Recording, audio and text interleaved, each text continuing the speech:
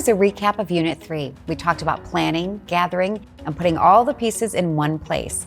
We also discussed developing leaders and defining roles, keeping the plan manageable, building relationships, communicating the plan, public health plan components, and developing risk communication strategies. We hope you found this information useful. You should have also reviewed pages 34 through 37 in your planning guide and completed pages 28 through 30 in your workbook. Welcome to Unit 4, Develop a Plan. In this unit, you will learn about assessment, strengths, weaknesses, needs, resource gaps, and safety audits. Also, we will discuss how to conduct a public health risk assessment for your congregation, identify potential public health threats, encourage your congregation to participate, identify vulnerable congregants of your congregation, and at-risk individuals, identify gaps and resources needed to carry out each program goal, identify the necessary resources, and know the congregation's facilities and building. Let's begin.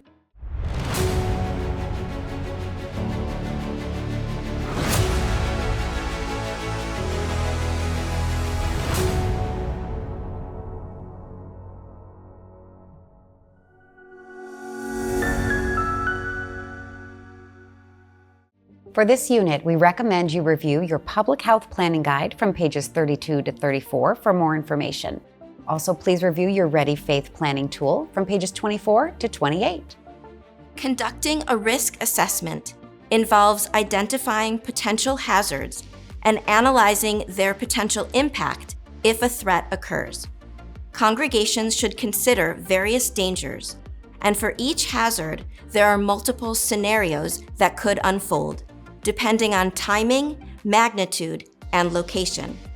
It is crucial to identify both natural and man-made disasters that could disrupt congregation committees or operations. Evaluate the likelihood and potential severity of each emergency event using the following scale. Assuming that each event occurs during the busiest gathering times. Probability, likelihood this event will occur. Human impact, possibility of death or injury to your staff or your congregants. Property impact, physical losses and damages to your facility and/or vehicles. Workflow impact, interruption of services. Regular risk assessments are crucial to prevent emergencies and minimize their impact.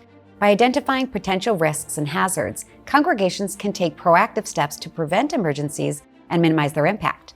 Assessing risks helps identify vulnerabilities and develop strategies to mitigate them. Conducting regular risk assessments ensures safety and protects assets. Start assessing your risks today and stay ahead of potential threats. To assist with this planning, use pages 24 through 27 in the workbook. Gather information and develop a list of potential threats to the community by visiting chicagohealthatlas.org and cdc.gov/outbreaks/index.html. Additionally, identify areas where sanitation is a concern. Encourage your congregation to participate in community-wide risk assessment and mitigation planning to ensure comprehensive preparation.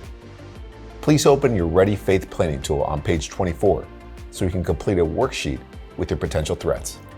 Create a roster of congregants who require special assistance during public health emergencies.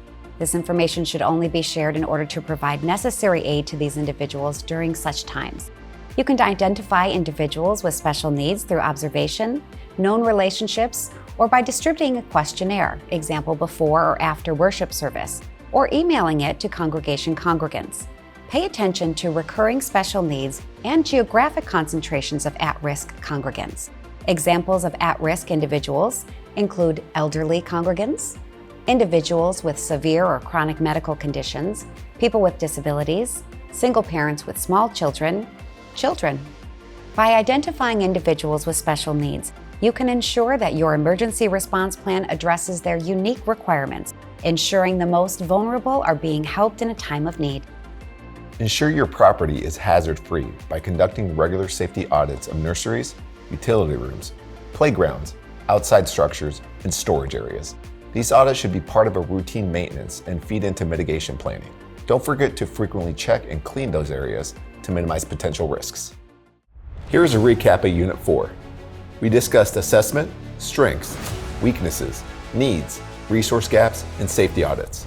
Also, we discussed how to conduct a public health risk assessment for your congregation, identified potential public health threats, encourage your congregation to participate, identified vulnerable congregants of your congregation and at-risk individuals, identified gaps in resources needed to carry out each program goal, identified the necessary resources, and knew the congregation's facilities and building. You should have also reviewed pages 32 through 34 in your planning guide and completed pages 24 through 28 in your workbook.